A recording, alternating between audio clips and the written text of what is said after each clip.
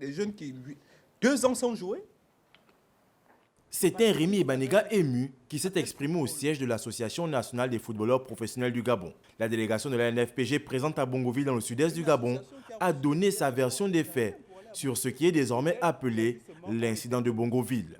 En partant de Bongoville, on nous a arrêtés au premier poste de police par les gendarmes. Nous sommes arrivés au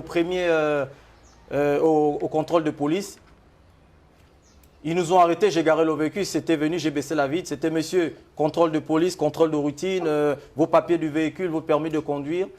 Je l'ai tout remis, le monsieur a fait le tour du véhicule. Il m'a même dit Stéphane, il n'a pas dit monsieur, il a dit Stéphane, descendez du véhicule et montez là-bas, allez-y vous asseoir. La Fédération gabonaise de football a tenu à apporter sa part de vérité par rapport à cet incident. Selon un communiqué de la FEGAFOOT datant du 11 novembre 2021, Stéphane Guéma se serait présenté auprès de la sécurité comme un membre du comité d'organisation.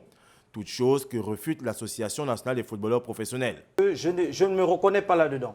Ce que je dis quand je suis arrivé, le monsieur, le vigile qui était là m'a demandé ce qu'on est venu faire. Je lui ai dit, on est venu voir les joueurs de l'équipe nationale. Il m'a fait, ah ok d'accord, il a ouvert le portail, nous sommes rentrés. Toujours selon la FEGAFOOT, le secrétaire général de la NFPG a indiqué qu'il souhaitait rencontrer les joueurs pour une communication.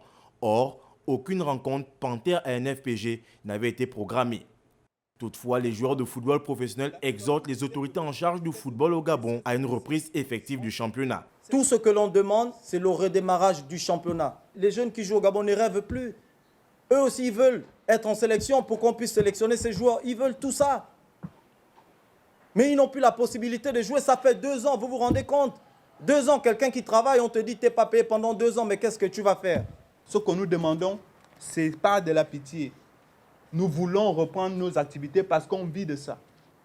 C'est un droit, c'est écrit sur l'article 2 du Code du travail. Ce nouvel épisode vient aggraver une crise dans le football qui semble de plus en plus perceptible alors que près de 700 joueurs ne travaillent plus depuis plus de 600 jours. Interdit sous peine de suspension.